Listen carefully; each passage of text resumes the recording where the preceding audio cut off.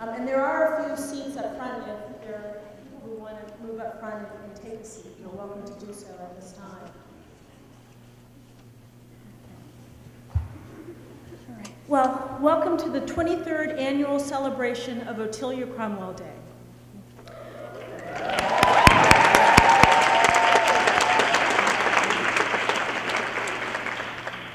My name is Pamela Nolan-Young. I'm the Director of Institutional Diversity and Equity here at Smith College. On behalf of the Otelia Cromwell Committee, I'm delighted to introduce today's events exploring the theme of social justice, activism, and new media. I encourage you to attend the variety of workshops this afternoon that are noted in your program. Dr. Netta Mabula, class of 2004, Dr. Kevin Rosario, Associate Professor of American Studies, Dr. Daryl Smith, Professor of Education and Psychology and a Smith parent, along with UMass's Shaha Theater Group and our keynote speaker, Latoya Peterson, are all hosting workshops today exploring our theme. Shaha will also be giving us a special performance this afternoon, or this evening, at 7:30 in the John M. Green Hall. You won't want to miss it. I want to acknowledge and thank the committee for their hard work, but prior to doing that, I want to take the time to acknowledge the presence of Dr. Adelaide Cromwell, who's here with us today.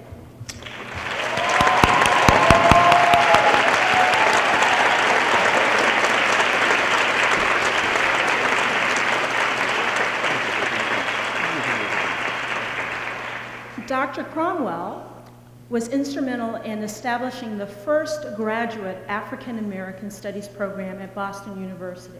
And later this month, we'll be celebrating her 93rd birthday. So congratulations.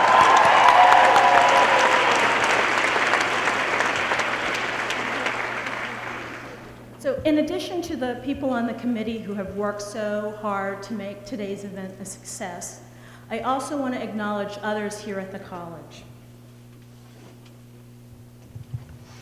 Facilities management, campus events, ITS, the Poetry Center, the Office of Student Engagement, Religious Life, members from the Black Student Alliance, members from our SGA House Diversity Representatives, and the Smith Glee Club have all established and have worked to establish today's events. So please take the time to thank them. The members of the committee are listed in your program. Before I give the stage over to the Glee Club, who will be joining us in a moment, I want to just speak briefly about today's themes. As we have witnessed in the United States of America and in other countries around the globe, social media can be a powerful tool in efforts to build community, a nation, and ultimately a world based on social justice. Social media gives voice to the previously unheard and allows us to see, often in real time, what's occurring many, many miles away. It's a wonderful way to share information. I have to be honest with you and tell you I'm not really adept at social media. Nonetheless, I want to encourage you to use it as one of the many tools in your social justice toolkit. Remember also the importance of building relationships with those who think as you do and those who do not. Marian Wright Edelman said, "The challenge of social justice is to invoke a sense of community, that we need to create a better place." And now our Glee Club.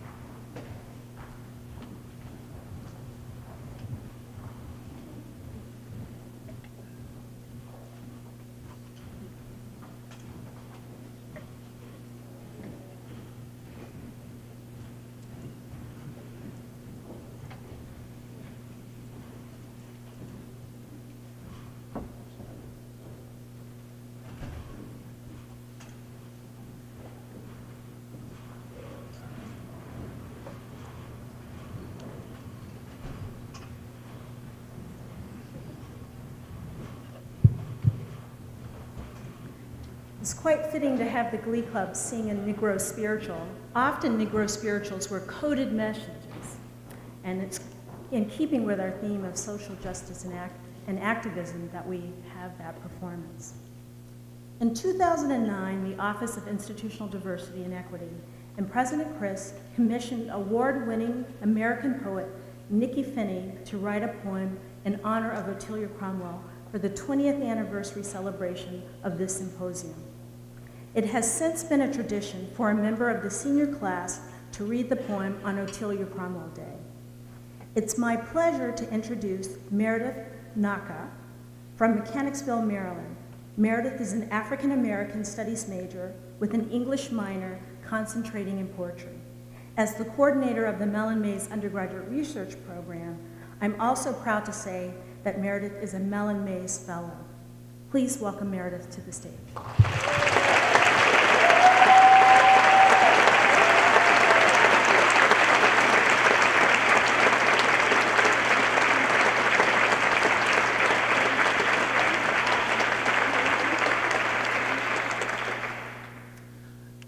This poem is called Maven. It's written in 3 sections, and each section begins with a quote from Otelia Cromwell.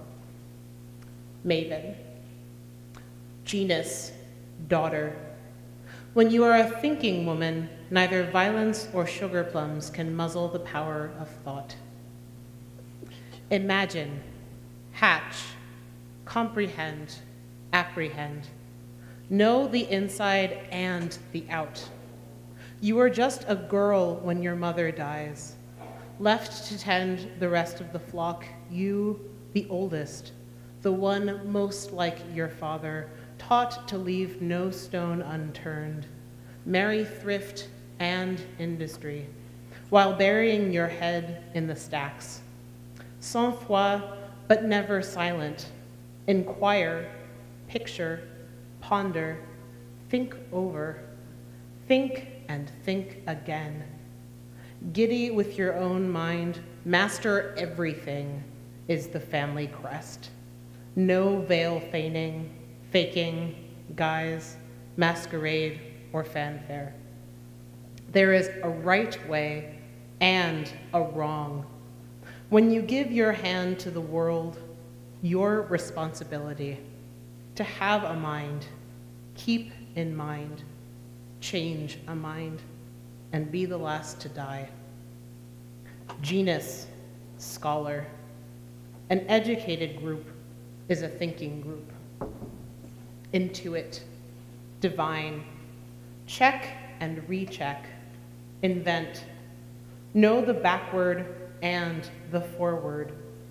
You care nothing for the popular, even less for the slipshod. Your arms flower with all the leading out books, choosing wisely what and who trains you. Frankness, virtuoso, mastery, crackerjack. Think and think again. You leave college and university exceptionally prepared. You are complex and astute, as calm as a comma. No time for jewelry or parlor bows. There is a gold watch, a signet ring, a Smith College pin, white letters on gold just above the heart. Diligent, proficient, self-possessed. You weigh in with words to state your tolerance to the inefficient. You never back down from what is right. Young Adelaide is your dependable, and the 9th graders leaning into your instruction whisper, this must be college. You gray beautifully, but early. Genus, writer. The genius does not write to please, nor live to marry.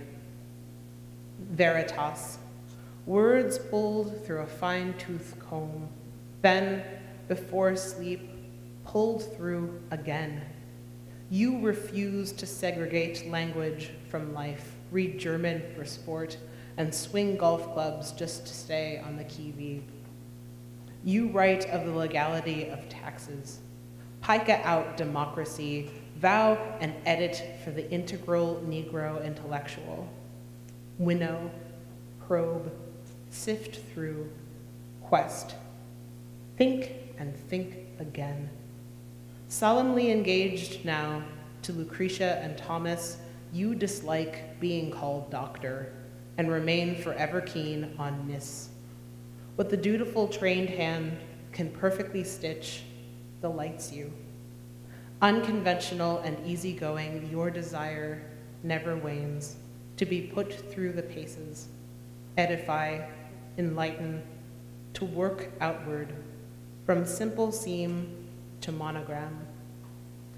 We herald your bright hallmark of firsts, those sprightly, high-waisted truths, the soft-spoken whippersnapper, eloping still.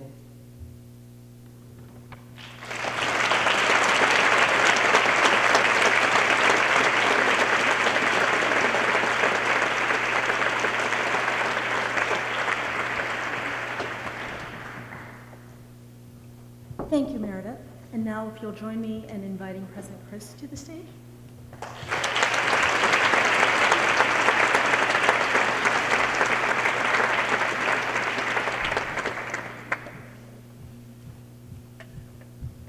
Good afternoon.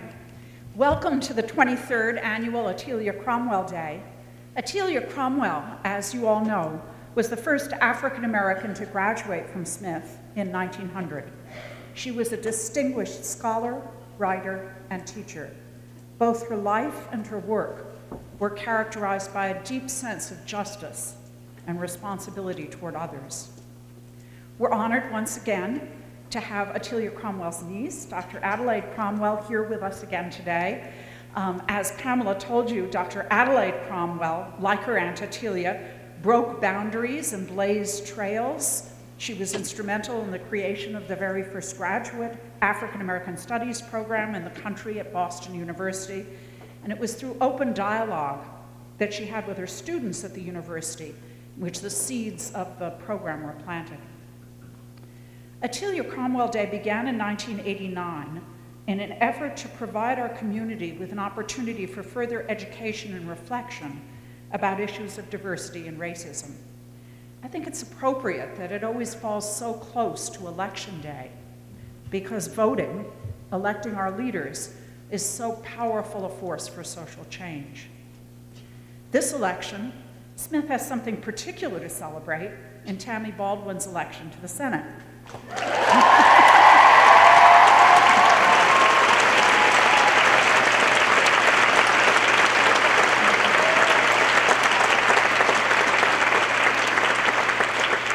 She's both the first Smithy in the Senate and the first openly gay senator.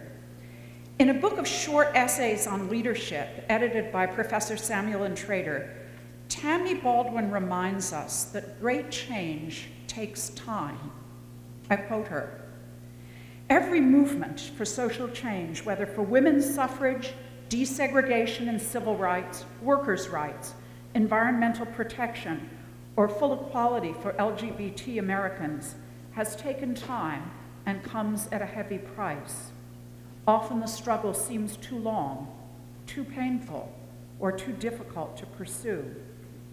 But," she continues, "just as the majestic Grand Canyon was carved away over eons by drops of water, the cumulative action of countless individuals has the same force to create dramatic and meaningful change in our society." As I reflect on this year's theme, social justice, activism, and new media, I'm struck by how the new media can amplify the cumulative action of countless individuals.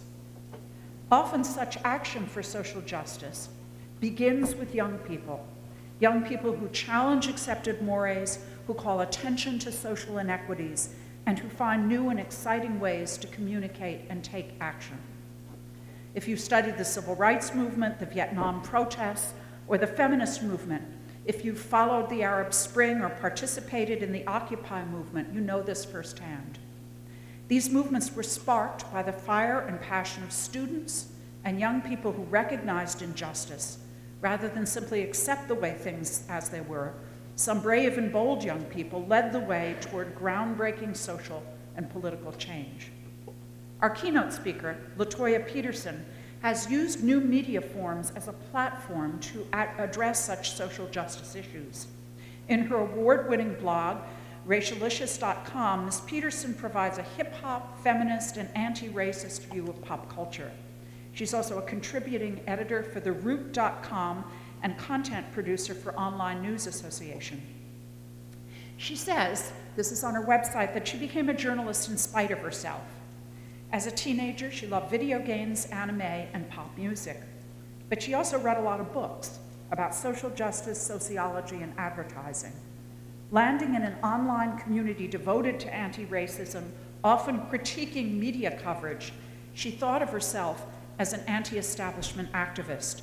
She studied global business and public policy at the University of Maryland, worked in public relations and market research, and in communications for a nonprofit promoting a more socially and ecologically balanced society.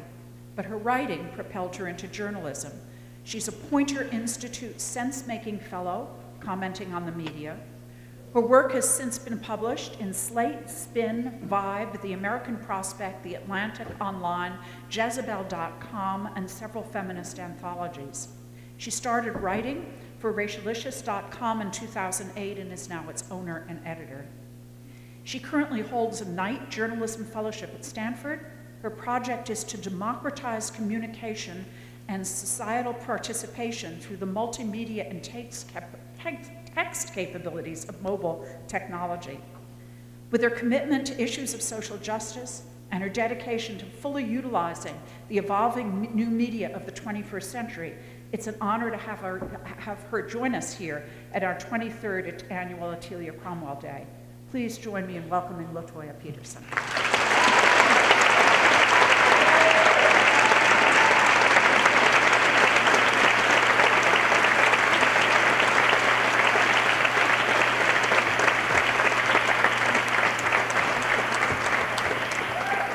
Thank you for the warm welcome. And please give yourselves a round of applause for everything that you all have done. I know that this year may have been a bit challenging on campus, and you guys have been confronting a lot about what it means to be a Smithy, what it means to have a core identity. So please give yourselves a round of applause.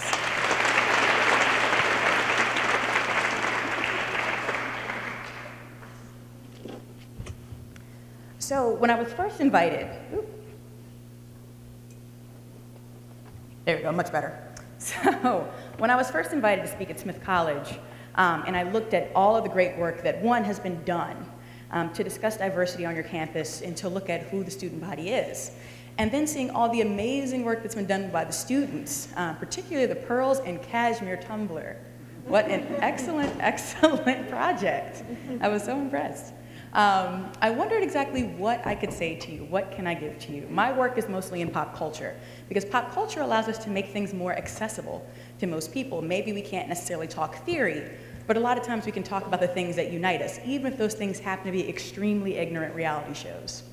Right? But for Smith, I wanted to do something a little different than my usual talks. And those of you who are interested in one of the more traditional talks that I do, Clark College asked me to come and do Racialicious tomorrow night. I'll put up some details on our page about that. But for this one in particular, I wanted to know how I could best help you all.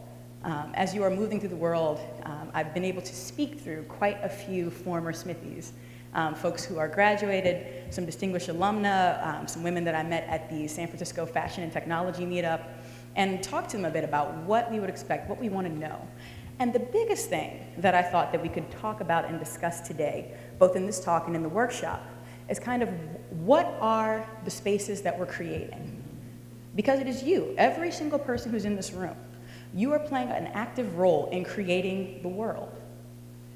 And whatever shape the world becomes, it is partially in your hands. And so looking at that and looking at movement dynamics, I'm not going to focus too much on the internal discussions that you all have been having, even though I find them extremely fascinating.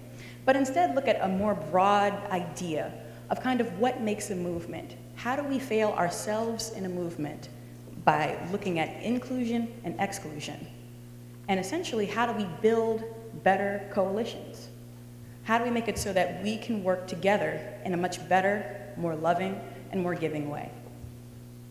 So, without much else to say,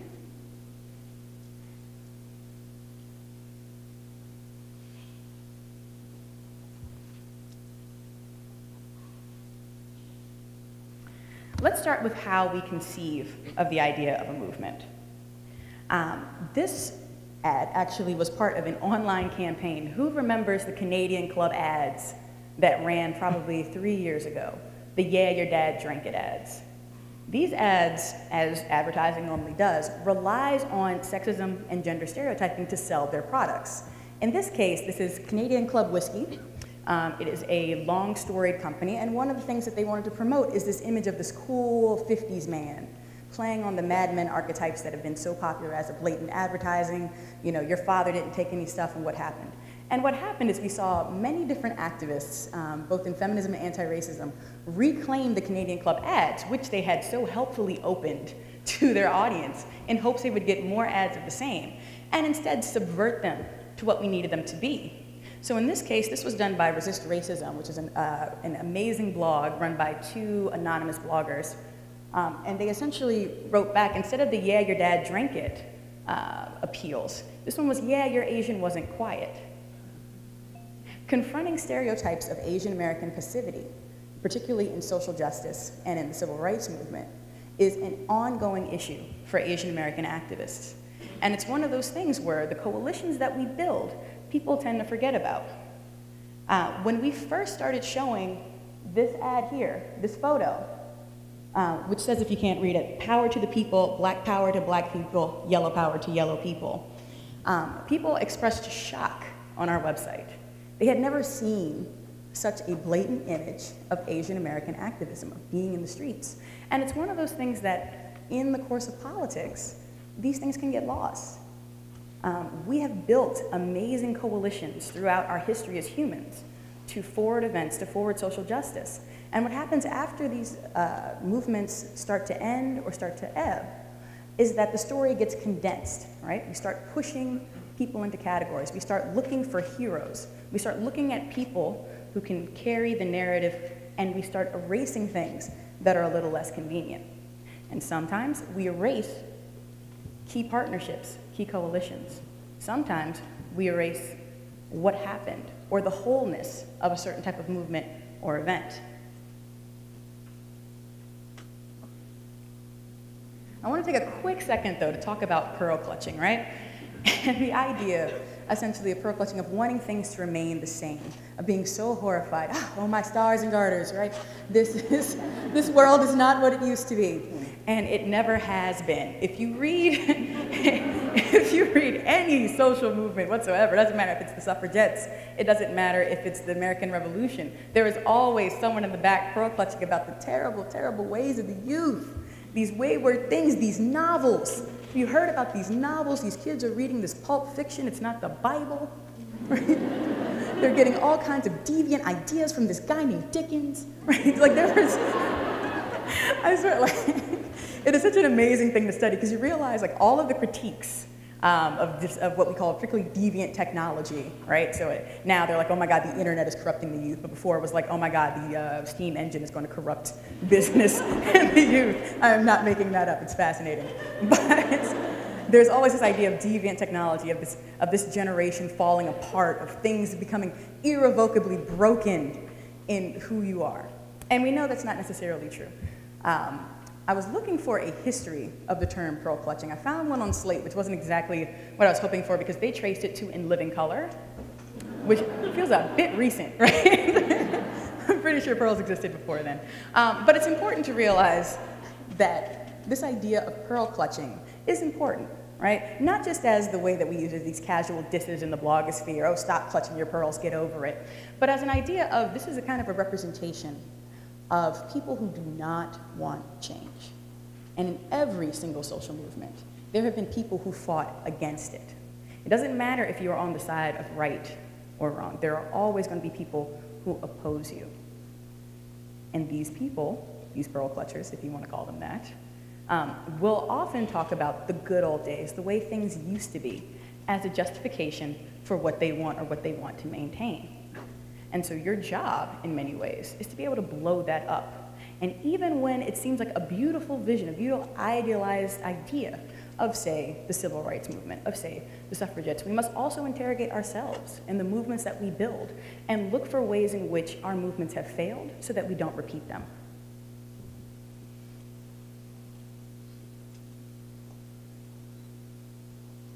So the question then becomes, who are we supposed to be, right? As activists, as global citizens, as college students, as people of the world, as people who are coming into their own, burgeoning adults. Who do you want to be? Who are you supposed to be?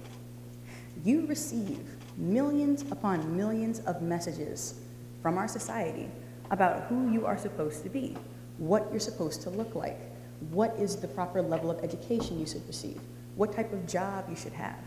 Many of these images come from the media, a great many of them. Probably twice as many of those images come from advertising.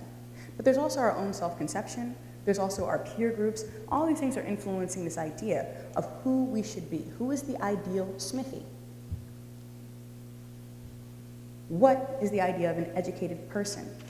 Who are they? What have they done? What have they accomplished? These ideals can be helpful in ways for people to guide their own path, but at the same time, they can also be very restricting and very limiting.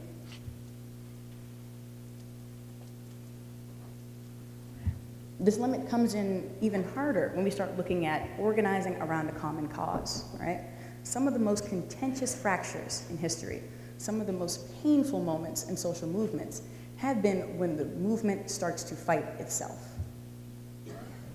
Now, why does that happen? Why do we think that movements start to cannibalize themselves? Why do movements start infighting or fighting each other? Anybody have any ideas?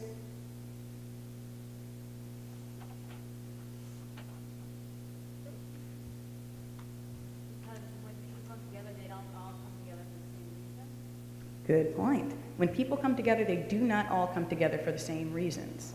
How many people identify as feminists? Ooh. How many people believe in gender equality but don't necessarily identify as a feminist? Right? Different kind of framing, different question. How many people believe that they are an activist? How many people believe that they are an ally? Ooh. How did you come to those beliefs? What have we asked ourselves? What kind of work have we started to do in these realms? For many of us, particularly those of us who have chosen activism as a calling, as something that we participate in, that we do, that we want to agitate for change, it becomes very seductive to think that we have this one common cause that will unite us all, that we can mobilize, that we can be active, that we can do amazing, amazing things.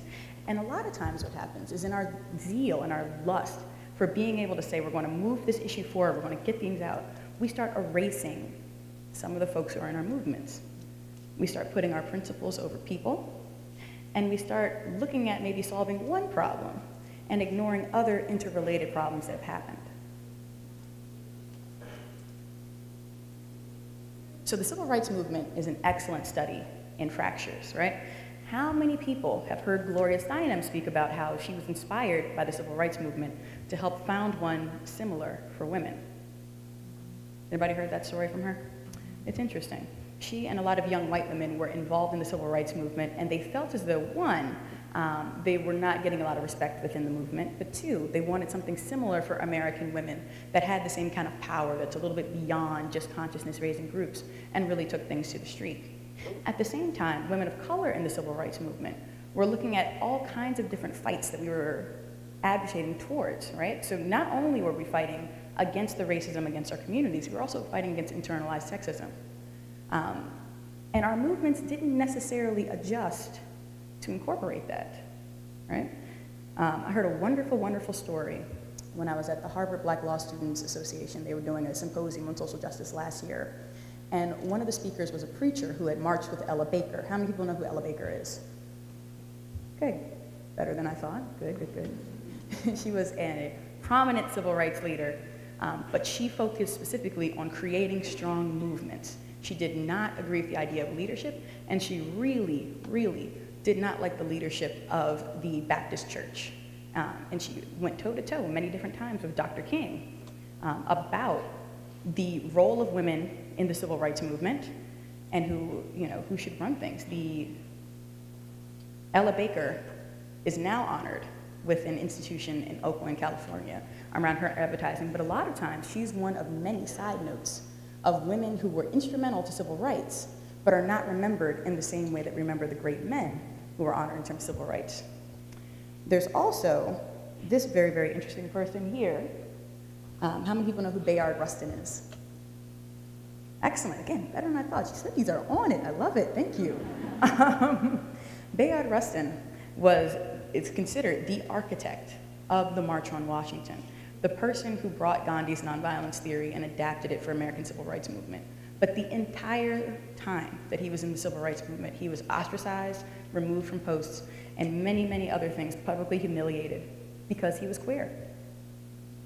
And to this day, even with all of the scholarship that has come out in recent years about Bayard and his role and his contributions in civil rights, we may not ever fully know the impact of what he did or his work and his legacy. And again, he's just one story of what was happening in this time. So when we come together for a common cause, like ending racism, this doesn't mean that we've checked all of our other baggage at the door. It does mean that we need to interrogate ourselves more closely and look at, again, even when we're fighting for a common cause, so like Bayard and people like James Baldwin wrote very persuasively about why they were publicly race men, but had to be very private about their sexuality. They couldn't put more than one piece of themselves on the stage and expect to maintain their own credibility. It was a decision that they made to continue in this one thing that they loved.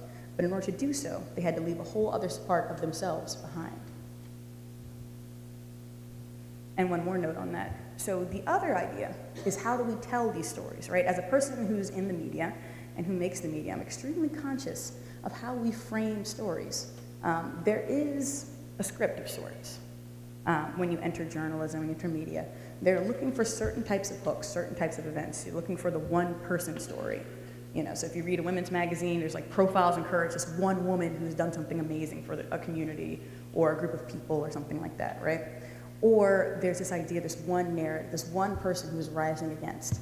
And that's a very seductive narrative to sell. It allows us to illuminate a lot through one person.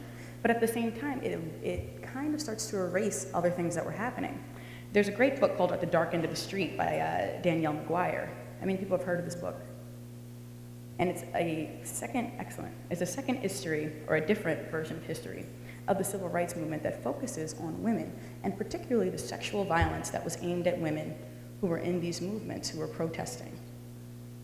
I think that my friend Anna Holmes, who was the founding editor of Jezebel, she recommended the book to me, and she had read so much about civil rights and social justice movements and had never even thought that rape would be used as as a tool of terrorism, as a tool of domestic terrorism in the course of the civil rights movement, and rape also as a tool of control within the civil rights movement, or the threat thereof. So our histories are long and complicated and somewhat scary at times, but it's important to look at them for what they were. It doesn't mean that we don't acknowledge people for the amazing contributions that they've made, but we also look at places where they have fallen down, because what we tend to find, and what we're going to see over the course of the next 20 minutes or so, is that we seem to making these same tactical errors over and over and over again when we're building movements and building spaces.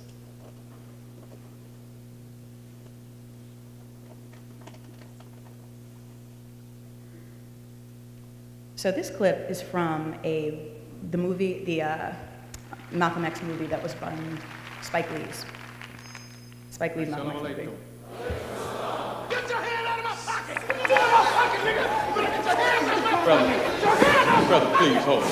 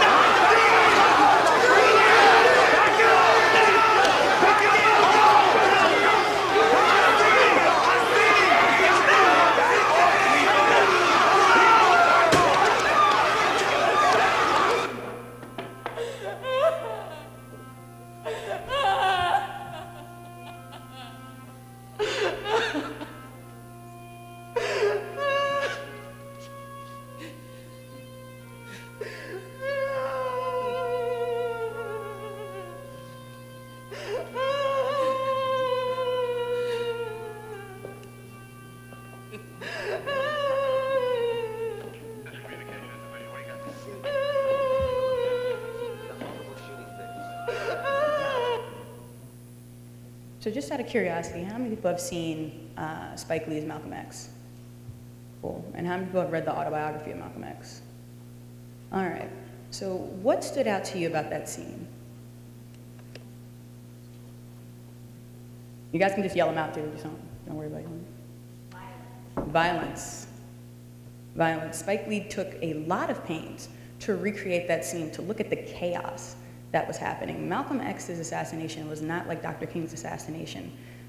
It was very upfront. It was very close and personal. Literally, protesters chased people down the stairs. They literally did beat that guy up in the street. That was part of the news reports and discussions. But something is missing in this narrative. Anybody have any idea what's missing from the scene that we just watched? Bingo. Yuri Kochiyama.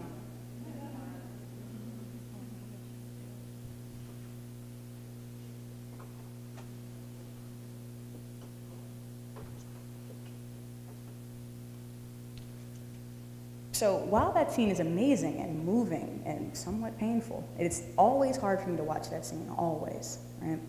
Always gets me. But the reality is there was somebody missing in that scene. Yuri Kochiyama, noted Asian American activist who was actually there on stage when he was dying. Now, Yuri and Malcolm's relationship is really, really fascinating. Yuri Kochiyama had seen him speak and had stopped him in, I believe, an alley after his speaking engagement and said, I want to join you. And his idea was, why? Why do you want to do this? And she goes, well, I want to do for my people what you do for your people. And that started a very deep and lasting friendship. Malcolm and Yuri would come to each other's houses. They knew each other very, very well.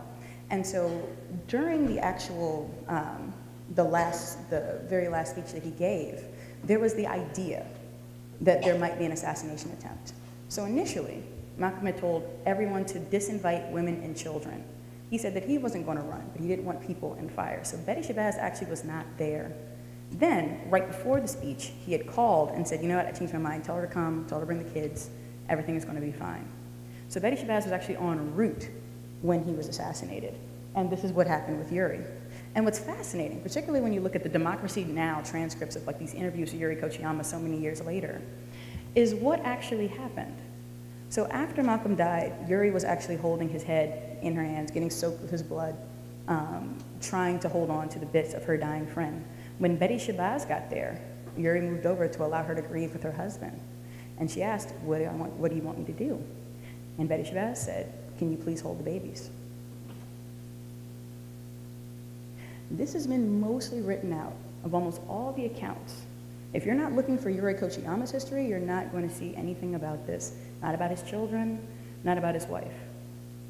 It's almost an inconvenient narrative. When you think about it, what is that profound idea? You know, someone needs to hold the children when this is happening. Someone needs to help out. Someone needs to be a friend. And yet, that erasure happened.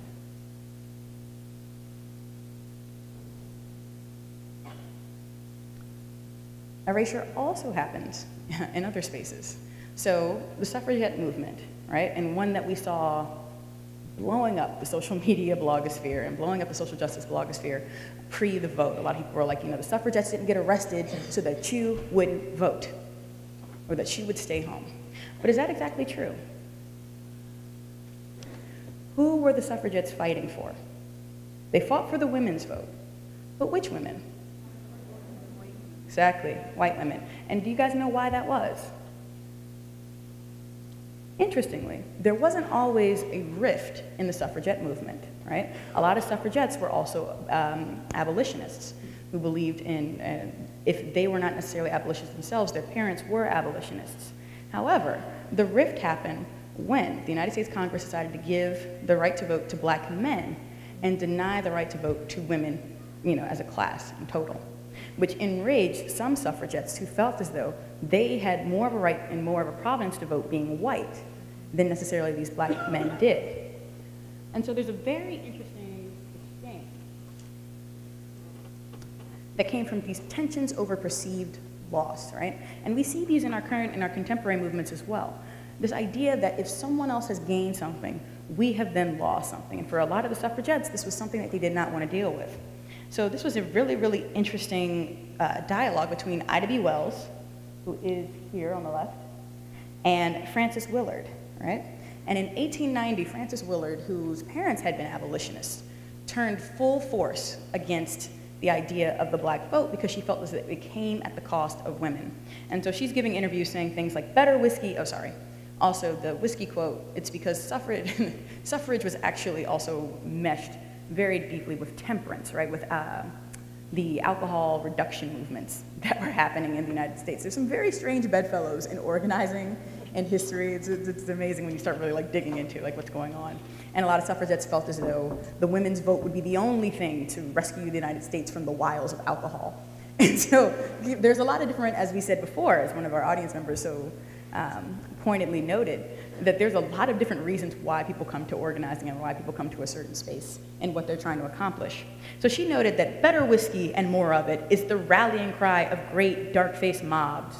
The safety of women, she said, but we know that she meant white women, of childhood and for the home is menaced in 1,000 localities. And so this particular interview sparked a long dialogue with Ida B. Wells, discussing kind of what is the role exactly of black women in suffrage. And she actually went to England to make her case. And she knew that if she were looking for full rights for women, be they white, be they Negro, be they otherwise at that time was known, she would have to really nail Frances Willard to the wall with this, to point out the inaccuracies in her argument. And to argue they did. But we see these themes repeat time and time again. So who remembers the discussions around slut walk? Yes. Did you guys have a slut walk here?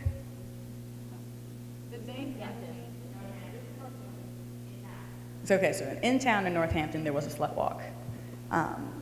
And so the slut walk was amazing because it was one of those times when it was activism. And it's amazing to me when I was pulling this together, I'm looking at these old images of suffragettes in the street, and then I'm looking at the slut walk images, and I'm like, oh, we have not changed a thing, have we? We haven't, in many, many ways. Now, slut walk, again, it's one of those things that you bring yourself to. There were a great many women of color who participated in slut walks in Toronto, particularly in my hometown, Washington, D.C. There are many different women of color who found places for themselves in this movement, right? But at the same time, there are also people who felt as though this movement could be shaped in ways that they felt like were advancing their cause, but were completely tone deaf to what other people may have been feeling. So this young lady right here sparked an entire, I want to say 3 or 4 weeks of conversation. The slut walk conversations had been back and forth between kind of language, terminology, and relevance to different types of women and different classes of women, and folks who are not necessarily identifying as women but are subject to the same type of violence. But with this picture published, with this young white woman holding up "The Woman is the Nigger of the World," which is actually a John Lennon song, it sparked a whole new debate. And it was revolving around kind of like, where is the idea of solidarity, right? And so many people want to say, no, it's true. If you just listen to the lyrics, just listen to the song, you realize it's true, right? And then, of course, the question goes, okay, so where does that leave black women? Where does that leave people who have been subject to violence based on these terms? If this is the coalition you're building, are you fine with excluding those people? And the answer from certain segments was yes.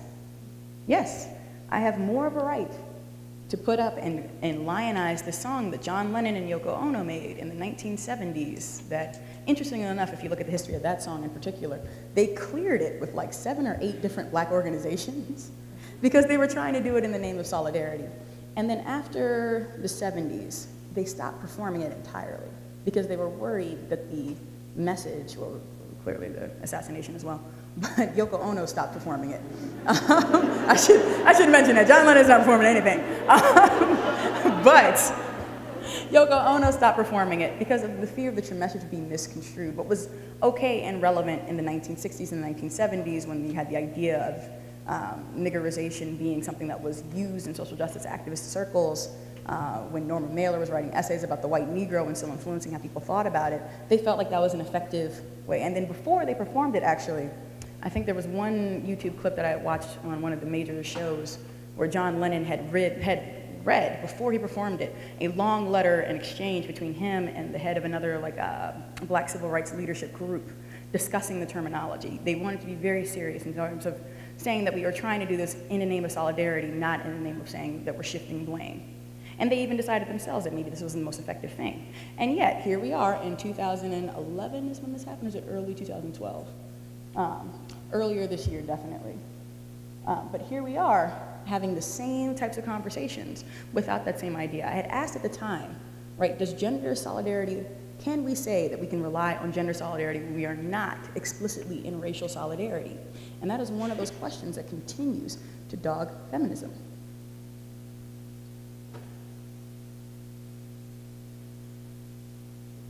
But the longer point of this is that expanding scope is extremely complicated, right?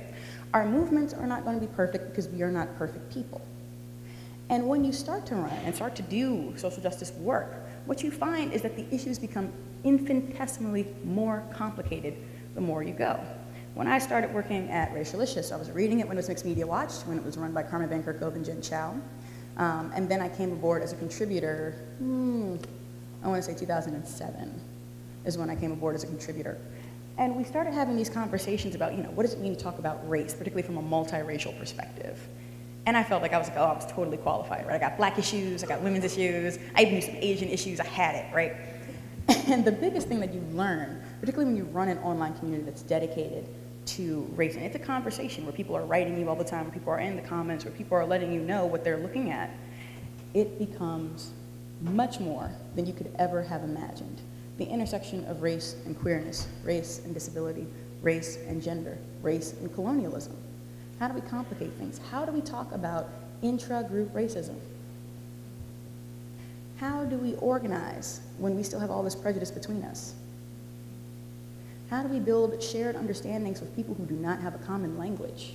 And I'm not just talking about just physical, like the way that we normally think about language, but in terms of how do we talk about civil rights when we have such different relationships to it and its legacies? How do we talk about resentment that is fed to different groups, about different groups, from different groups? How do we talk about the very inadequate labeling systems that we have in the United States? What does Asian mean, right? Do affluent Japanese, Chinese, and Korean children have the same experience as non-affluent Japanese, Chinese, and Asian experiences? Do we ever talk about Cambodian or Vietnamese experiences? That's the same question. What does Latino mean? We adopted these labels as a way of politically organizing ourselves, of forming a power block, right? Of finding these ways. But at the same time, in the way that we name ourselves, we also hinder ourselves in understanding who we actually are, and understanding intra-group prejudice, and understanding things that happen. I'll get to that a little bit more when we get to the shit people say meme, because that, ooh, talk about something that is like fruitful, my God. That meme launched thousands of conversations on race, class, gender, and other things. We'll get to that in a second. But I did want to note really quickly the academia and activism gap. So academia, and particularly those of us who are studying race and its discourses, we like to complicate things. We want to think about it, we want to ponder it, we want to write papers, we want to look at how things intersect with each other.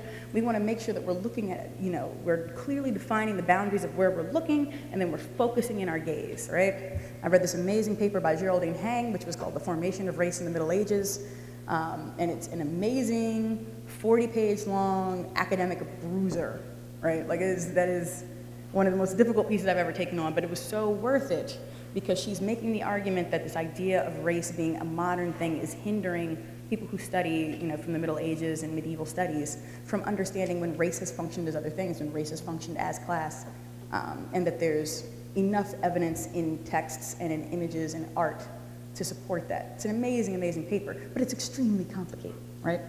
Whereas activism, we simplify to mobilize, right? When we say get out the vote, what are we asking people to do?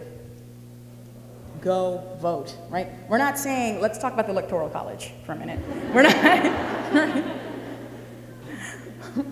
not analyzing, we're not going super, super deep into the record. A lot of people are like, I don't care who you vote for, just vote, vote, vote, vote, vote.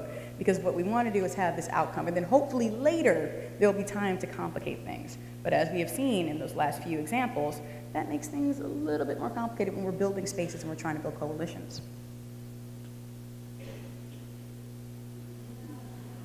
How many people have watched Daria? There we go, quite a few. It's interesting, okay, so I'm a little bit older than you guys, I'm 29. And so I remember the first run of Daria, and I was shocked that so many young kids do it, and they're all like, it's on the end, what are you talking about? And now MTV is like doing this whole retro block. So there's been a lot more Daria conversation than I ever expected to see online from people. But one of the most interesting ones I saw was the positioning of Daria and the positioning of Jody Landon, right? So Daria is the hero of the series. This is definitely this disaffected teen in anonymous suburb who has a lot of observations about life and the various fictions that we tell ourselves to get by, and how she doesn't want to participate because she's so cynical. And we had a very, very interesting piece published on Racialicious that looked at Jody Landon, and particularly looking at Jody Landon through the lens of how feminism and Daria have kind of overlooked certain people. So the quote up there, in case you can't read it, is theorize endlessly about the failings of postmodern feminism. Bitch, I live it, right? Lois Payne, who wrote the piece for us, noted that Daria may snark endlessly about buying into the patriarchal system and everyone's general need to get a clue, but Jodie's cynicism runs on a deeper level because she knows that she can, and most likely will, be collateral damage of the same system that Daria may only marginally suffer. So there's quite a few episodes of Daria that deal with the interactions between Daria and Jodie, particularly Jodie's self-performance, who she feels like she has to be, being one of the only black students at Lawndale. I believe the entire time on screen there were maybe 3. It was her, Mac, her boyfriend, and then an occasional like extra tucked away in the back, right? You know, and there was one in particular that I rewatched recently because I got stuck on a plane and JetBlue had it on. It's like, hey, works out. Where they go and they do a mock project at school to get a loan. And one of the first ways that it happened was that Daria and Jodie had sat down with one agent. The agent completely ignores Jodie, continues talking to Daria until he figures out Jodie's last name and that her father's extremely successful. Then he wanted to talk to her. Jodie goes steaming out. She's angry, she's tired of hypocrisy, but when she goes to the next banker, she immediately mentions her father's name up front to get the better treatment and service.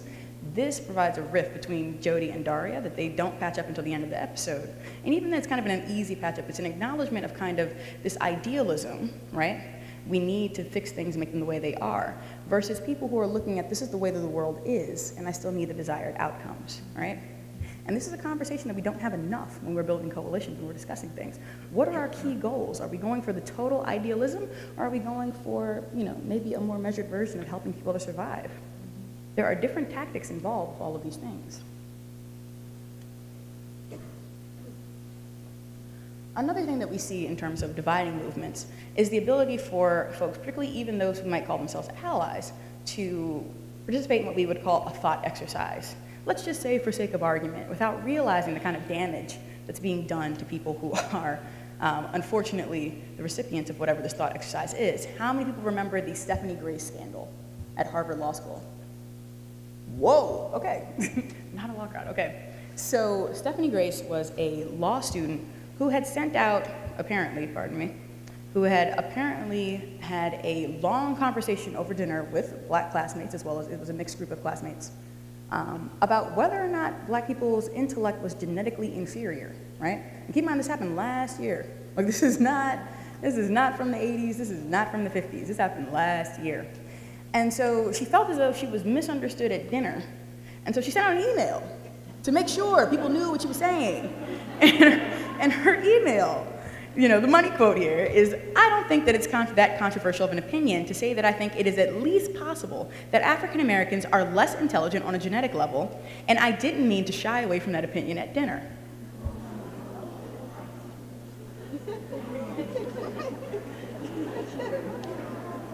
So,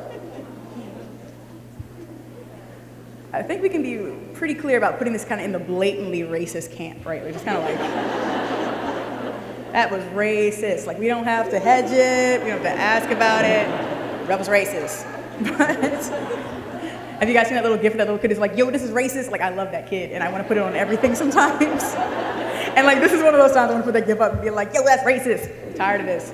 But what's interesting is, so, you know, roughly, so that happened in 2011. And then in late 2011, I was invited out to the Black Law Student Association's Conference on Social Justice. And they were still talking about this because the fallout Stephanie Grace was outed by Gawker, one. So keep in mind, Above the Law, which was the legal blog that had originally reported this, tried to keep her name out of it. They just wanted to report the situation, what was happening at Harvard Law School, and why some of the black students might feel as though they're excluded from the grander kind of Harvard Law School culture and connections thereof. However, Gawker outed her as Stephanie Grace, and she was put through a lot of scrutiny. But interestingly, the Black Law Student Association was divided about how they wanted to handle this. Some people wanted to definitely have a truth and reconciliation session where it's like, we need to have a conversation about this because this is unacceptable. Other people were like, well, it's her opinion and she was arguing a thought piece and maybe this is okay. One of those people who came to her defense was law professor Randall Kennedy, who is her advisor. Shocker, right? Ooh. Right? Randall Kennedy wrote some interesting books on race, particularly the history of the term nigger. And he's very well respected in circles, and the students, it was interesting, felt as though the administrators had failed them because there was no action taken. No one discussed anything. They didn't make it, there was nothing happening. So here we are, 7 or 8 months out later, and the Black Law Student Association is still upset, still angry, but people are graduating and they didn't know how exactly to deal with it. And how to deal with what they felt was a structural failing at the school where they have all of these brilliant professors who write books about race and racism and how they operate, but when something actually happens on campus, they felt as though they couldn't get any support. Everyone was interested in as thought exercises, but no one was actually interested in action. And it's something to be aware of. It's something that happened to me immediately when I crossed into the feminist blogosphere. I was blogging for Feministe. Anybody read Feministe? I like Feministe, thank you in the back. So Feministe, I was on that blog as my first stints out. I was talking about, I don't remember exactly what that post was, but I think it was somewhere close around the how I became a hip-hop feminist post, and I was talking about doggy style and TLC and all these different things that happened in the 90s. One day I'll tell that story, but that's not today. Anyway, one of the commenters wrote in, and this was the first time I'd ever encountered it, but it would never be the last time. And she wrote, and she was like, look, I'm really interested in feminism qua feminism. Not feminism with race, not feminism with all this other stuff in it, just feminism. And I was like, is that even possible? And I think I wrote something to the effect of like, this comment will burn in hell because I'm never approving it. I was a lot more combative then than I am now in terms of like dealing with online people and trolling. But that sentiment has been repeated time and time and time and time again, particularly when we start talking about these dynamics, right? Where it seems like there's something that's great for one group, right? And at the same time, might be a little bit detrimental to another group, or might be heavily detrimental. Let's talk about superficial inclusion. This is the current edition of Elle's Women in Hollywood, right? These are the top movie makers, the shakers, the women you should know, the top earners. So what are we noticing about this photo here? Good. All right, they stuck Octavia right in the middle too. They were like, we got a black person. You didn't miss her. I also love like this half smile she's doing. I'm assuming that's just like one of the many shots, but I like to think she's kind of like really. But this is every Women in Hollywood issue in Elle, just like it is every Hollywood issue in Vanity Fair. It is all the time. There is this marginalization. So I was on a panel for, I think, the National Council on Women's Research. I might have got that backwards, but it's like NCRW. And they hosted a panel on women in the media, and it was great. We were having a good time. We were talking about it and these media gains, and there was this older woman who was just, she was like, well, I hate to be such a Pollyanna, but women are doing great in the media. Like, they were like, we're green lighting shows, we have these houses, they're all this amazing stuff. And she just kept, every time someone would bring up, someone that was not necessarily me, mind you, would bring up an obstacle for women in Hollywood to get our projects greenlit, to tell real stories about women, right? And not just the same, like, glossed over 5 versions of, like, I'm searching for my Prince Charming and story. Every time she brought that up, this woman would keep going back, and she's like, well, I think things have just gotten so much better. And finally I was like, look, man, okay, I was like, we're talking about white women. If you're not Oprah, nothing is happening for you in Hollywood, okay? I'm sorry. It's like,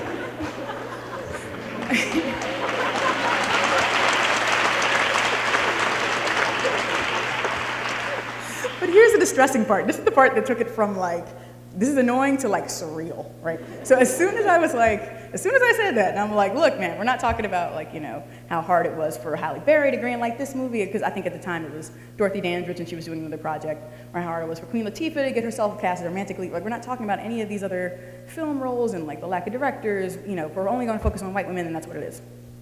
She comes back and she goes, well, I attend multicultural festivals. And I was like, yeah, I couldn't draw that line either.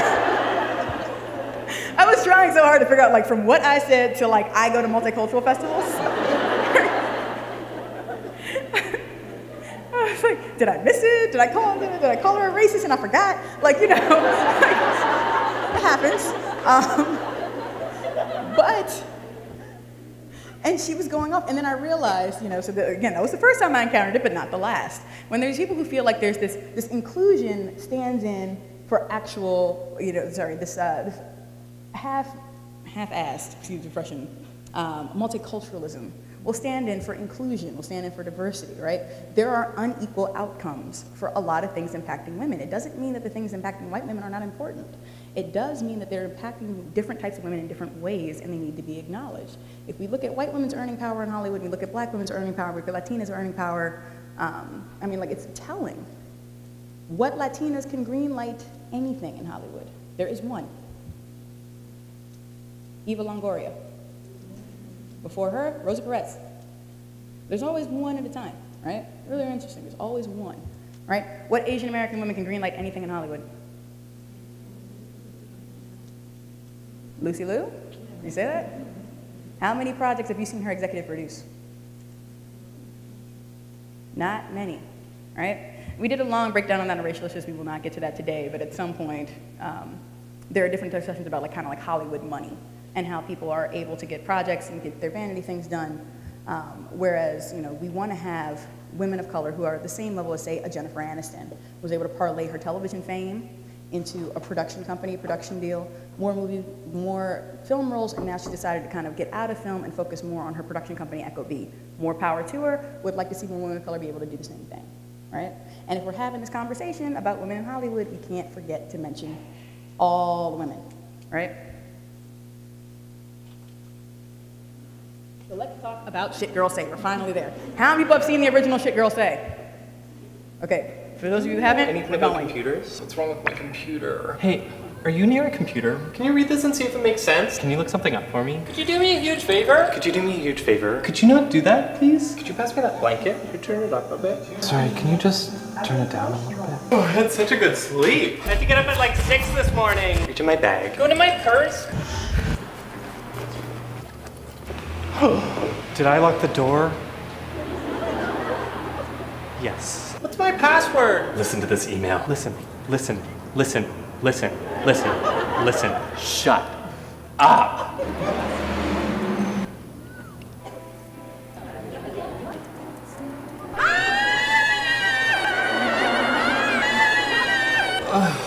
I hate trying on clothes. Cute. Twinsies! I look like a doily. You look good. No, you're not. First of all, ew. I know, right? I mean, get it together. Exactly. Like, I'm not even joking right now.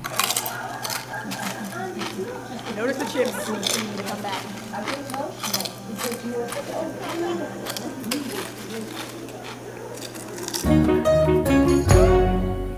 All right, so you guys remember seeing this, you know, going around the internet. It was the meme that launched 1 million memes in response. It is anything that you could have ever asked for in a meme. But what was fascinating to me is how quickly that got racialized. It was literally like the internet was like, those aren't girls I know.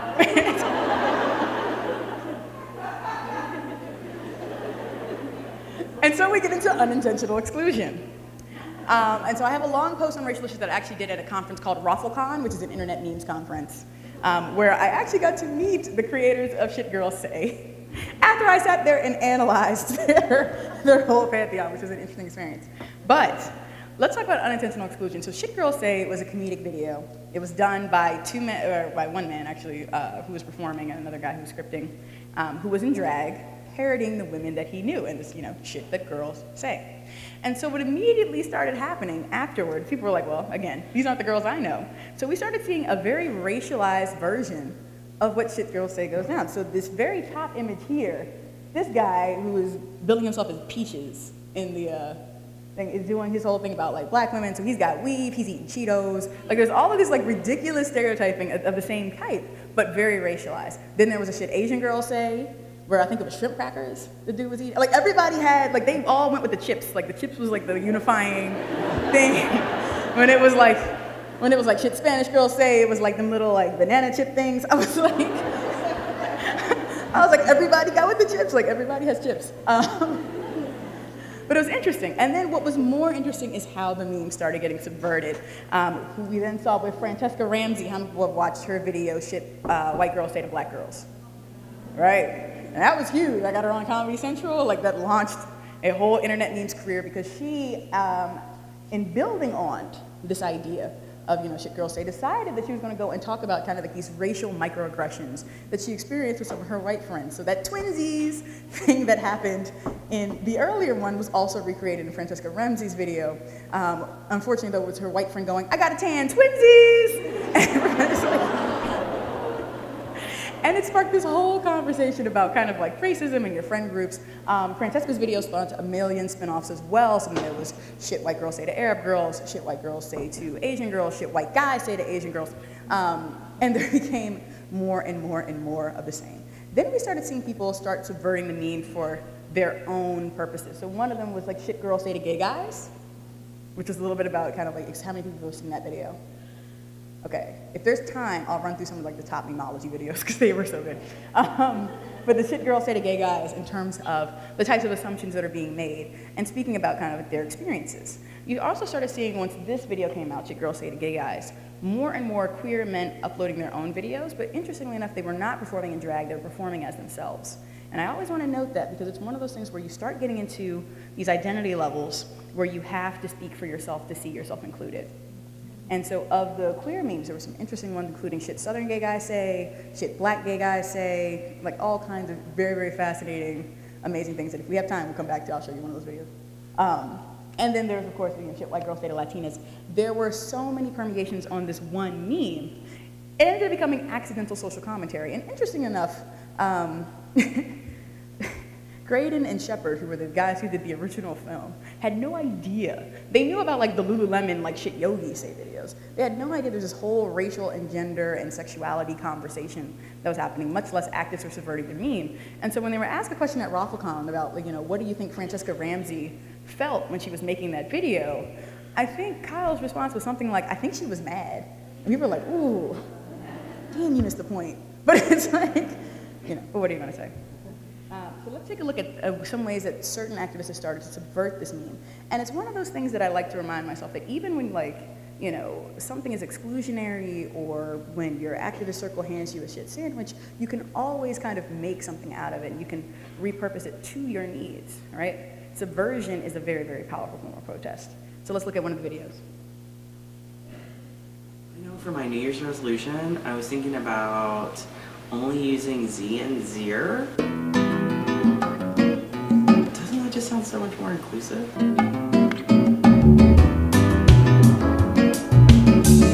I could tell. It's the voice. They is not a pronoun. Sorry.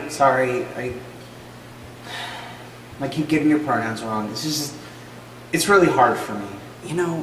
I don't really identify as cis, and it makes me feel really marginalized when you call me. Oh my god, I love RuPaul's Drag Race. You should totally be on that. So what do you think of this Chaz Bono thing? I think it's great you guys have like a role model. So what's your real name? You are so brave. No, your real name. Look, I know a lot of drag queens and they all use that word.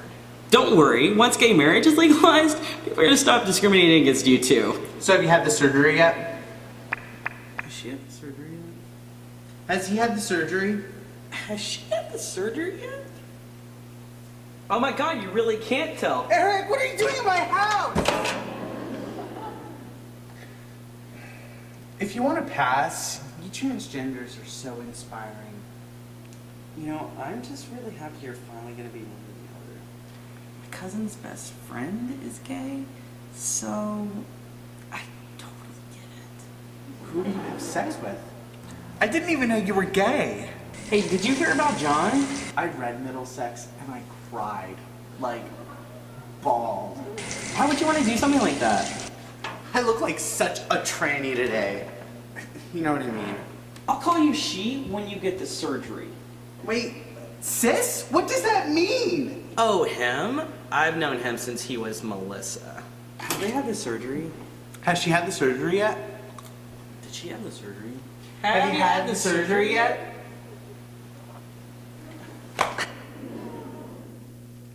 So that's one example of being able to subvert this meme. It didn't get as much traffic, clearly, as Shit Girls Say or Shit Black Girls Say, which I think was the #2 video after that, which, again, we'll look at it if we have time. But what was also interesting is how activists started to use the meme as well. And this next video, while a lot more sobering and different in tone, hits all the right notes.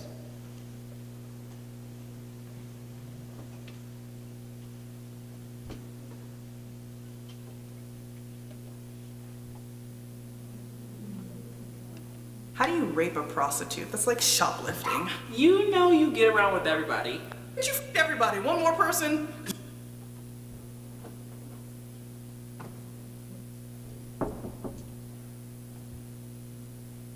Your mind was telling you no. Well, a lot of girls say no, but they really mean yeah. But your body is telling you yes. Oh, no way. Well, that kind of sucks.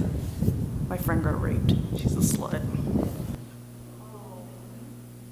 They based all of these on actual correspondence, conversations, and reports. They say like every line in here. There's no way a grown woman is gonna let a guy lick her if she didn't want it. I personally like that. You can't rape the willing. Maybe you were just being picky. If he was gonna do it anyway, you might as well have enjoyed it. Man, friends don't rape friends. Yeah, sorry about the technical difficulties on this, but maybe it's good to catch your breath too. Some of these are really, really painful. What was she doing there in the first place? You know what I'm saying? You should have known better. What did she think was gonna happen? You had jeans on, right? What were you wearing? You can't get raped with jeans on unless you help take them off. Just like that, you asked for it. You were drunk. I don't think that's rape. And now you want to call it rape? What do you mean rape? I'm your husband. Sometimes we just have to put up with it. It doesn't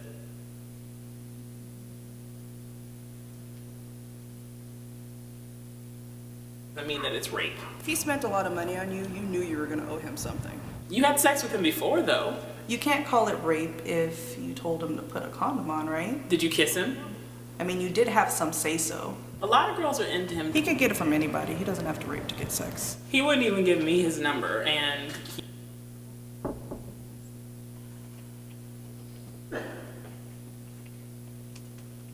he raped you? Well, did you like it? Did you like it? I mean, I know you kind of liked it. You haven't been laid in a while. You liked it. You're what? You liked it. It's okay. You don't have to tell me. A girl can't rape with a guy.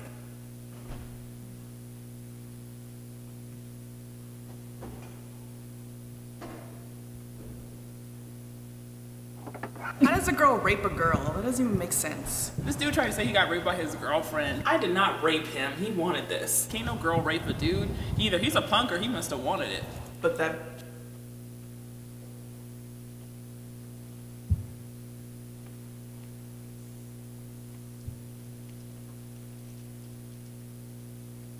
deserved it.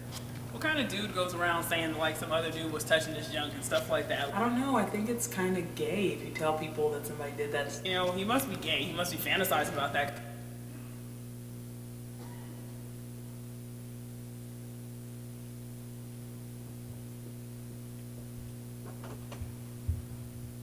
Looks like we're losing I our know Coach connection a never bit. do that. It was just, you know, some manly bonding. I understand being scared, but that's not rape. I think you're just mad at him and you want to get back at him. Did you even say stop? Don't talk about it. You'll just keep thinking about it and it's gonna make it worse. It's kind of like sticking your hand in the cookie jar after mommy says no. Sometimes guys can't help it. You know, men are...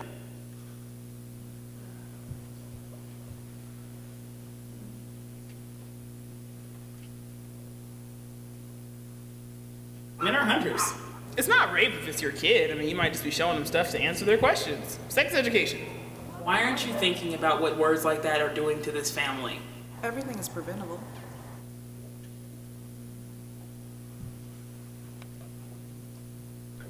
So that one is really hard to watch, but it is a very, very good version of how people, again, you take these memes that might have been said started out exclusionary, and then twisted them to what they needed, right? So this is one of my favorite versions, just because it's so true and it resonates with so many people. But again, it's only got maybe 100,000 or so views compared to maybe the 4 or 5 million that Shit Girls Say got, and the 1 or 2 million that Shit Black Girls Say got, et cetera, et cetera. Right, so each time the meme kind of like permeated, it changed, and it changed in the scope and the reaction.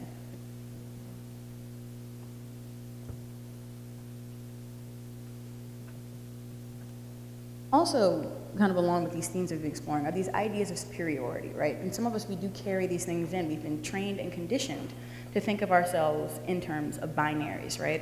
In terms of development, in terms of what's going on with women in developing nations, aka emerging markets or the third world, and what happens. And there was this very interesting talk that was given by Horia Botelege, who is a feminist based in France.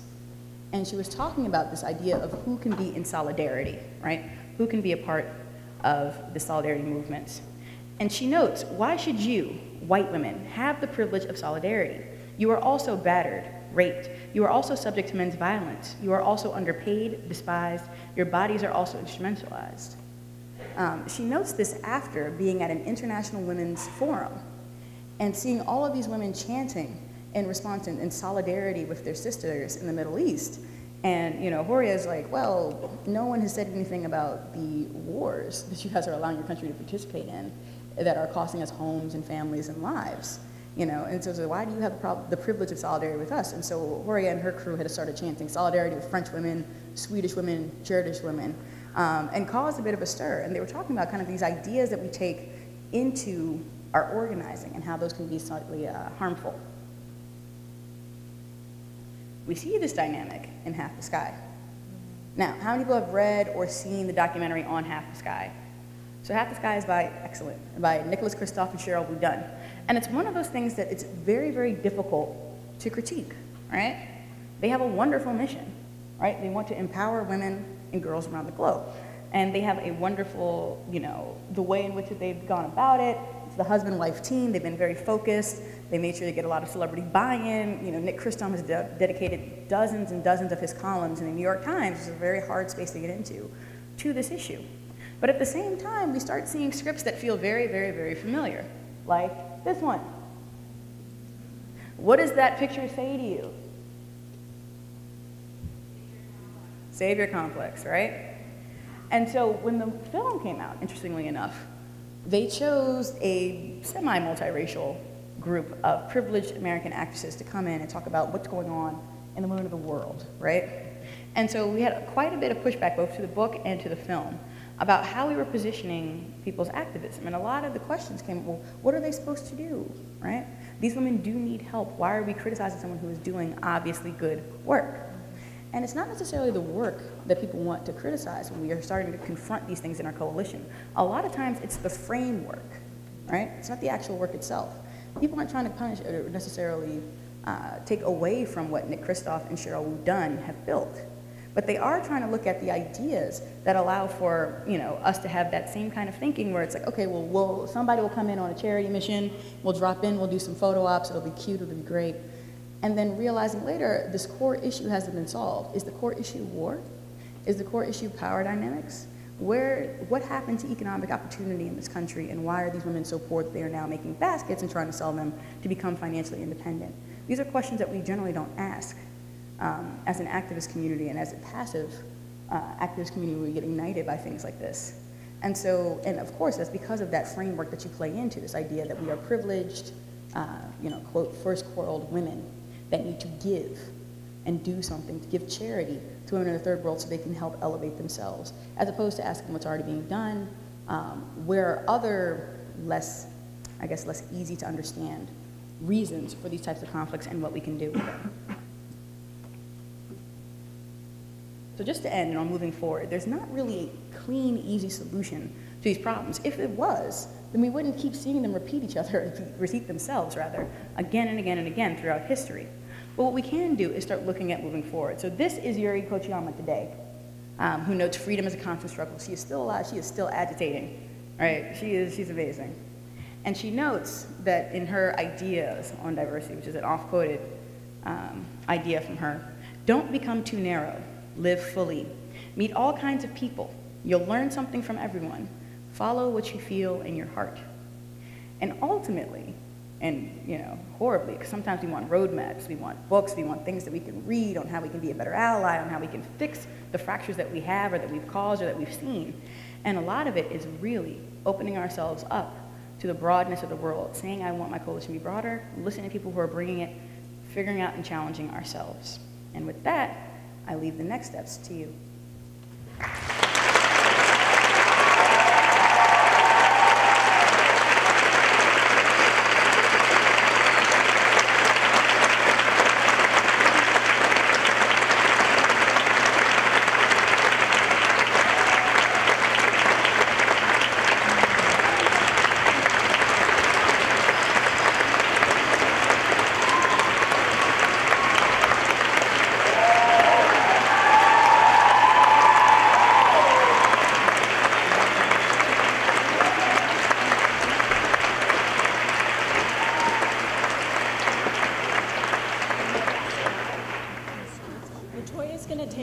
Questions from the audience, and we have a couple of people on either side with mics.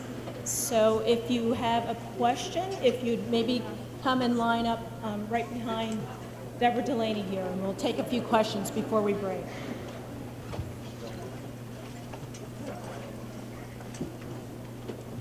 I can't believe there aren't any questions. Comments?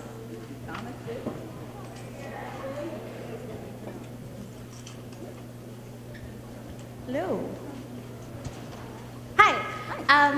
I just wanted to know sort of what were some of the initial steps that you took to sort of get yourself to where you are right now? Like, what were those moments that you find, as you're looking back, got you to be here, to sort of prominent blog person who writes about, I think, really important things? Oh, cool. Okay. So there's two parts to the question. There's like here as in like a career question, or here as in like the understanding activism process question? I'm interested in both. Okay, cool. So we'll start. Okay, so career-wise, that was a very weird, non-traditional path. So I think that in my bio they mentioned that I went to University of Maryland, but I didn't actually graduate. I'm a dropout.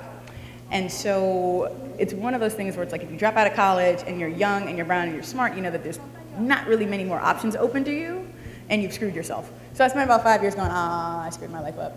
Well, what am I going to do? But the entire time of that 5 years, I was on the internet, and I was on these boards for teens called Bolt. I don't know if anybody remembers those, because I think it's dead. It's been dead way before Facebook. Dead. But anyway, but I was on these boards for Bolt, and I was on particularly the race relations boards. And I was like, why do some people hate black people? Like, what is going on in the world, right? And so I would sit there and like argue with these internet trolls.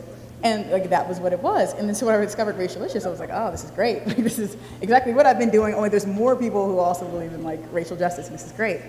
And so continually writing, continually blogging. Blogging has the both upside and downside of continuous feedback. So you're always getting better. I knew I was getting to be a good writer. I always thought that I was a good writer, but I knew I was getting to be a good writer when people stopped arguing about something I left out or something I forgot or like muddy arguments and started really engaging with my pieces, whether they hated them or not.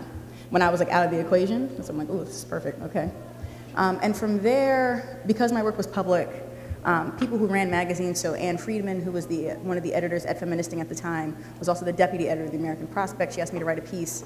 Andy Ziesler from Bitch magazine had asked me to also write a piece because they saw some of the work and they had profiled Carmen, so they were following our blog. And so those clips kind of became other clips. I started doing some freelance work on the side. All this time, mind you, I'm maintaining my regular jobs. Like I'm still working. These clips become other clips. It was like a 2-3 year process. Then I became unemployed in 2008. Couldn't find work anywhere at all. The only thing I was getting paid for was writing. So I spent a very, very broke summer in Brooklyn on my friend's couch on her futon in like a basement, just meeting people and trying to figure out like how do you get into writing, because writing is, particularly if you're going into writing professionally, it's really about connections. More so, I mean, all fields have that element of connections, but writing is definitely, like, you can have an amazing, amazing pitch. If you don't have the right editor, they won't know about it. But if you know that right editor directly, they're more likely to give you a chance. So meeting people, getting editors. I had been in talks with Jezebel because we had criticized something that they did, and then me and Anna had stayed in contact, and she offered me a guest posting gig that turned into like an 8-month-long gig that got me a lot of exposure that was able to parlay that into full-time writing. So that's how the career trajectory went. A little bit weird, a little bit wobbly, but it's very like a make yourself, and the way that your generation is kind of facing now with that. I was watching that MTV show, Underemployed, right? And it's, yeah, they're like, you might as well just make your own job, because if not, you're like hustling donuts, which is what I did. I was hustling subs, actually, but I did that for many years. There's no shame in it. Like, you have to pay dues at some point, and then at some point people will realize what you're doing. And it's very hard to stick with writing for social justice because it doesn't pay very well. All right, so that's why like my actual title is digital consultant. I do a lot of digital media work to like pay the bills so that I can continue to do stuff like racial issues or write about social justice, because there's just not a market for it. I get paid way more writing about like vampire sexual politics than I will ever get paid for any of the stuff that you guys like. It's like, and you know, and sometimes you do the trade-off. I found out earlier this year that Sojourner Truth did the same thing, where she was selling like postcards and napkins and stuff, and she said, she had this quote, I sell the shadow to maintain the substance, right? And I think that in our age, particularly in this decentralized, no more jobs age, that's going to become more and more common. Hi, so you talked a lot about a bit about the comedy and like the shit you say things. And my question is like sometimes I have a difficulty articulating like the difference between something that is satirical and something that is like just blatantly fucked up. Like, and how do I, you know, in terms of articulating the satire with like good intentions versus not, like how do you recommend that? Ooh, all right. I love this question. Okay, because race and comedy has been huge for us on Racial Issues. So it's something that, you know, if you're playing with racial stereotypes, they can be funny, right? How many people watched In Living Color? And you know what that was. Like, that is stereotype. My God, like the stuff they put on is terrible, but at the same time, it's still kind of hilarious, like all those years later. And you're like, you know this is wrong, it's messed up. But you're playing with that boundary. And in terms of, like, when particularly look at satire and the ways in which people make jokes, I think the question becomes whose expense, who is the joke on, right? If the joke is on society, you can say it's a successful satire, right? If the joke is on a person, a class of people, a body of people, you can say the satires fail. And there's a great comedian, Kate Rigg, who we quoted in like 2008. My God, it was like internet dog years at this point. But Kate Rigg had done an interview in Bitch magazine, and she was talking about particularly Asian American jokes. And she was like, there's a difference between making a joke about race and making a joke where race is the punchline. And so she was like, I think her phrasing was something like the idea of having a joke about racism or having a joke where it's like, oh, look at these funny Asians and the way they talky. She was like, these are two different things. She said she saw an Asian comic doing the kind of bit, and she was like, if you don't have a punchline, you're just being racist. It's a really good thing. In that same piece, she also defended Sarah Silverman's Asian joke, which was super controversial, and a lot of people fought about it. But that's kind of like the best working definition that we have between like satire that works and satire that fails. Did it illuminate something about society, or is it just making fun of a class of people? Hi.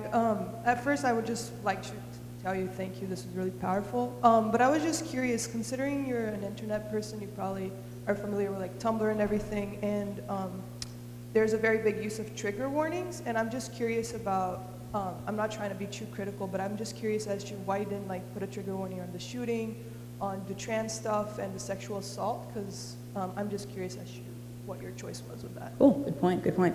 Okay, so trigger warnings. There was an age in the internet where those did not exist, okay? We're from that age. Trigger warnings, I think I've only used them 3 times, right? The first time was on the Not Rape Epidemic, which is a piece that I wrote in 2008, just because it is so graphic and goes into so much detail, and the whole idea, the rule that we have around racial issues is you use a trigger warning if you don't want somebody crying at work. That's when it happens. Other things, you know, so when you come to racial issues, you're going to talk about racism. There's no need for us to trigger warning racism. Other communities like Shakespeare have adopted other types of standards and tactics. Tumblr as well. And so it depends. I feel like if you put trigger warnings on absolutely everything, it starts to dilute the meaning, right? And I also think that folks who are coming to hear us talk are kind of aware of the work in which we do, that it's not necessarily pretty. Though I can take that into consideration if people felt very, very triggered by the violence or the discussion and the shit everyone says to rape victims. I can put that in terms of it, because I have used a trigger warning in one talk, but that was because there were children in the audience. And it wasn't a trigger warning, it was more of a parental advisory. So I generally do not use them. I also tend to be of the school where I don't believe in safe spaces, right? And that's, that's a really provocative thing to say, particularly in activism. But it's like, look, sometimes we cannot create safe spaces for everyone. What is safe to somebody might be violent to someone else. And particularly when you start looking at the community around particularly mental health and mental disorders, it's hard to arrange for some people a safe space in their own mind, in a space that they control.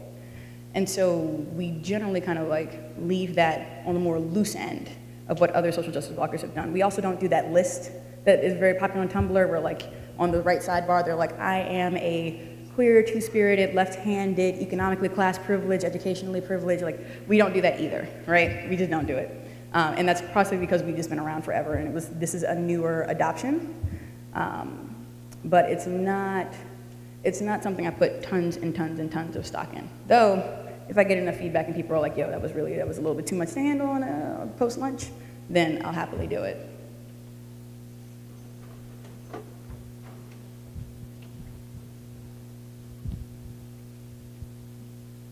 I don't know what's going on. I just wanted to also thank you for coming out. It was a really meaningful talk. The internet today is such a tricky platform to try and question society. Like, I come from a more conservative environment, so especially Facebook and stuff, when I bring up certain issues that mean a lot to me, it's very easy to get bogged down by people who don't feel a sense of personal responsibility, and people just try to make you feel crazy and stuff. And so how do you, as someone who's chosen to make a career out of that, fight that, in your life? Good question. Everybody gets burnt out.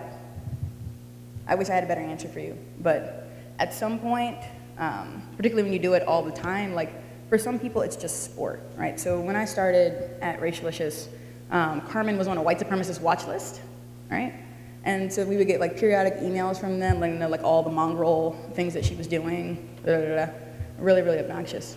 We also noticed that other people who would try to hurt you in various ways, even people who were part of your social justice community, they would also say very hurtful and harmful things about race, interracial relationships, somebody's particular race, just to try to get a rise out of you. So we become a lot more, I think over time, we've become a lot more desensitized to it. It doesn't make it right, mind you.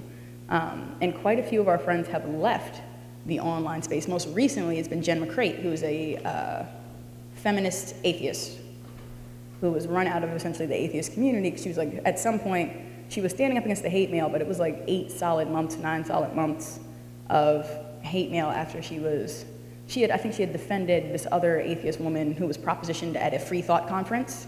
And they were this guy's totally creepy, don't do that to women at conferences. Stephen Dawkins, I think, got in on it, and he was oh no, don't make the poor women blush in the elevator, woo, right? And it kind of let loose kind of the more misogynist part of the free-thinking community on these very prominent women. And so she stopped blogging as of September. And then before her, it was Kathy Sierra. I mean, there's just so many stories of people who have stopped because they've been bullied out of it. In terms of Facebook dynamics, that's more complicated because these are normally people that you know, or at least have some kind of connection to. Whereas what we get in the blogosphere is more you might have very dedicated trolls, but at the end of the day, you don't know who these people are or whatever. They're immaterial to you unless they're making threats. Whereas in Facebook, you might have to deal with somebody spewing terrible, terrible stuff, and this is your sister's husband, your sister's husband's family, whatever. It makes the dynamic a lot more complicated. The choice in how you engage, I feel, has been the best way for people to maintain boundaries, right? Because it's not always healthy to just engage all of the time, even though we all maybe want to challenge injustice every single place we see it, every single time we hear it spoken. But the reality is people will wear you down. And for let's say every one person you convert, there's still thousands more that are coming at you. And so you need to kind of weigh what engaging with this person and engaging with this person in this space publicly means for you, right? If it's something that bothers you so much that you can't let it go, by all means, roll with it. If you realize you're like, I don't ever even talk to my sister's husband's cousin, right? Just block him, screw him, move on. Like, we've had to learn to do that. At some point, like, you have to, like, we realized, particularly those of us who are editors, we also we hand moderate all the comments, and that'll burn you out. It'll wear you down to the point where you're not doing anything but like dealing with comment battles and fighting and whatever. And so we just made the decision, like, at some point you can tap out and just say, nope, not doing this anymore, slide it to the side, right? See what happens. It's not a perfect solution, but it's the best one we've got considering the internet environment, which is kind of like hostile by default. Oh. Yes. Hello. Hi. I also want to thank you for being here today. And I just wanted to ask you, how do you go about writing about social movements? And especially because you touch upon the fact that sometimes we can get caught into like one narrative and like finding the heroes of the movement. So how do you go about doing that, especially if the social movement is using social media? I guess because it could be really overwhelming to get, and you can get bombarded by all these different sources of information. So how do you do that? So information filters are extremely important, right? In terms of like figuring out what you're gonna do, what you're gonna respond to, how you're gonna write about it. Because there's just, again, there's so much information coming in, and some of it is, you know, people wanna maintain the status quo. There's a lot of people who have, you know, zero problems with calling out racism wherever they see it, but then they're like, sexism, not such a big deal, like what are we worried about? And so I think that part of the answer is figuring out kind of like what spaces you wanna be in and where you wanna work in particular, right? Carmen's message worked because she was really into talking about racial equality in a new way, in a different way. Part of it also worked because she's a young Asian American female, and a lot of times the racial conversation in America revolves around kind of like black and white, and she was trying to present this different mixed race view of America. When I talk, it's more like a multiracial, multi-ethnic view of what's going on, which is really difficult because you're always screwing up, right? And like that's kind of a thing. When you're doing this work, you also have to kind of accept that you're gonna have things that you can't see. A lot of our biggest growth as a blog has come from fights. Like if we ever do something right, I can probably point to a fight that happened that, you know, that was happening when we did it wrong. You know, when we started talking about transgender issues, right? My God, 7 or 8 fights, right? When we started talking about, you know, we had a whole discussion earlier this year on Native American identity, who gets to claim Native identity, right? That was a fight. That was a fight that started at a conference that spilled over to our blog that became this very fruitful conversation about how do we determine something as murky as identity, but at the same time, is something that has to be determined either because of governmental reasons, colonialist reasons, family heritage reasons, what have you. In terms of finding spaces to write and work in, I think that was more of the thrust of your question. It's really hard. I'm not gonna sugarcoat it. We created a space because we didn't really see one. Colorlines also created space because we didn't really see one. The media is very slow to adopt new terms. Like, my God, if you guys could just see the mailing lists that we're on about whether or not you should say illegal immigrant or undocumented. It's like, really? Sotomayor said undocumented. Get over it. Like, we can just say that. It's okay, right? But people like to nitpick because they want to say what they want to say. And sometimes what they want to say is biased in some way, and they don't want to believe that it's biased and things like that. So it can be really hard to carve out a space for yourself. In the beginning, I remember there was definitely one person who was like, I love your work, I love your writing, I want you to write about like this very bad issue, but can you just not say racism or sexism because that'll scare our readers? And it's like, you're asking me to write about racism or sexism without saying racism or sexism? Okay, got you. All right, and that's what it is. Now, when you're a little bit more established, you can say that these are my rules, right? This is what I do, this is it. You like it, you don't like it. But it takes a little while. And I think that the more people who are writing about something, the easier it gets. So one of the big projects that we're like building internally at Racialist is trying to have like this power block of, you know, non-white commentators on issues. Because what happens is you will get, you know, like what we saw during the Arab Spring, you will get 4 white guys who've been in the Reagan administration and who were there when the original drama was going down. And they're the commentators, like, or you're gonna watch Al Jazeera and see like actually what's happening.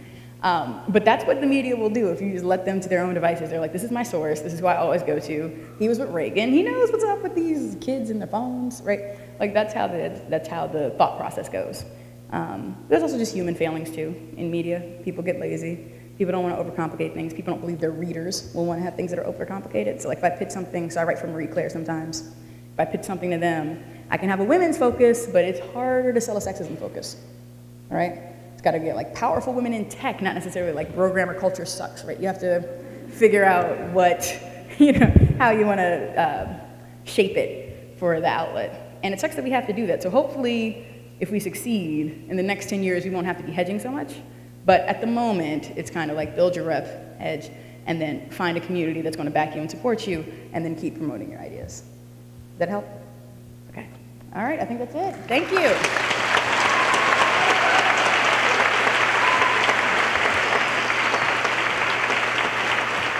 I just want to remind everyone to take advantage of the afternoon workshops that are being held by Dr. Netta Mabula in the Nielsen Browsing Room and Dr. Kevin Rosario, which I believe is in 4. The Shaha Theater Players are in McConnell, and our faculty and staff workshop that's being delivered by Dr. Darrell Smith is in the Campus Center.